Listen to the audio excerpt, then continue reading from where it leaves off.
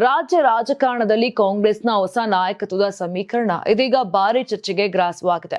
ಮುಖ್ಯಮಂತ್ರಿ DK Shivakumar, KPCC ಅಧ್ಯಕ್ಷ BK Hariprasad ಹಾಗೂ ಗೃಹ ಸಚಿವ ಪ್ರಿಯಾಂಕ್ ಖರ್ಗೆ ಅವರ ತ್ರಿಮೂರ್ತಿ ನಾಯಕತ್ವ ಬಿಜೆಪಿ ಪಾಲಿಗೆ ಹೊಸ ಸವಾಲಾಗಬಹುದೆಂಬ ಪ್ರಶ್ನೆ ರಾಜಕೀಯ ವಲಯದಲ್ಲಿ ಕೇಳಿಬರುತ್ತಿದೆ.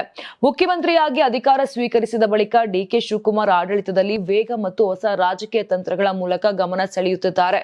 ಕಾಂಗ್ರೆಸ್ ಪಕ್ಷವನ್ನ ಹಿಂದೂ ವಿರೋಧಿ ಎಂದು ಬಿಂಬಿಸುವ ಬಿಜೆಪಿಯ ಪ್ರಯತ್ನಗಳಿಗೆ ಪ್ರತಿಯಾಗಿ ತಮ್ಮ ಧಾರ್ಮಿಕ ನಂಬಿಕೆ ಮತ್ತು ದೇವರ ಮೇಲಿನ ಭಕ್ತಿಯನ್ನ ಸಾರ್ವಜನಿಕವಾಗಿ ಪ್ರದರ್ಶಿಸುವ ಮೂಲಕ ಹೊಸ ಸಂದೇಶ ರವಾನಿಸಿದ್ದಾರೆ.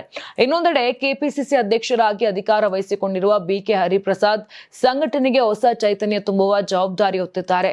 ಬಿಜೆಪಿ ವಿರುದ್ಧ ಸೈದ್ಧಾಂತಿಕ ಹೋರಾಟಕ್ಕೆ ಹೆಸರಾಗಿರುವಂತಹ ಅವರು ಪಕ್ಷದ ಕಾರ್ಯಕರ್ತರನ್ನ ಮತ್ತಷ್ಟು ಸಕ್ರಿಯಗೊಳಿಸುವ ಸಾಧ್ಯತೆ ಇದೆ. ಗೃಹ ಸಚಿವರಾಗಿ ಅಧಿಕಾರ ಸ್ವೀಕರಿಸಿರುವಂತಹ ಪ್ರಿಯಾಂಕ್ ಖರ್ಗೆ ಕೂಡ ಬಿಜೆಪಿ ಹಾಗೂ ಆರ್ಎಸ್ಎಸ್ ವಿರುದ್ಧ ನಿರಂತರವಾಗಿ ಆಕ್ರಮಣಕಾರಿ ಧೋರಣೆ ಅನುಸರಿಸುತ್ತಾ ಬಂದಿದ್ದಾರೆ. ಇದೀಗ ಕಾನೂನು ಮತ್ತು ಸುವ್ಯವಸ್ಥೆಯ ಹೊಣೆ ಹೊತ್ತಿರುವ ಅವರು ತೆಗೆದುಕೊಳ್ಳುವ ನಿರ್ಧಾರಗಳು ರಾಜ್ಯ ರಾಜಕಾರಣದಲ್ಲಿ ಮಹತ್ವದ ಪರಿಣಾಮ ಬೀರುವ ಸಾಧ್ಯತೆ ಇದೆ. ಇನ್ನು ಆಡಳಿತದಲ್ಲಿ ಡಿಕೆಶಿ, ಸಂಘಟನೆಯಲ್ಲಿ ಹರಿಪ್ರಸಾದ್ ಮತ್ತು ರಾಜಕೀಯ ಹೋರಾಟದಲ್ಲಿ ಪ್ರಿಯಾಂಕ್ ಖರ್ಗೆ ಈ ಮೂವರ ಸಮನ್ವಯ ಕಾಂಗ್ರೆಸ್ಗೆ ಹೊಸ ಬಲ ನೀಡುವ ನಿರೀಕ್ಷೆ ಇದೆ. ಇದೇ ವೇಳೆ ಈ ತ್ರಿಮೂರ್ತಿ ನಾಯಕತ್ವವನ್ನು ಎದುರಿಸಲು ಬಿಜೆಪಿ ಯಾವ ತಂತ್ರ ರೂಪಿಸುತ್ತದೆ ಎಂಬುದು ಮುಂದಿನ ದಿನಗಳ ರಾಜಕೀಯ ಕುತೂಹಲವನ್ನ ಮತ್ತಷ್ಟು ಹೆಚ್ಚಿಸಿದೆ.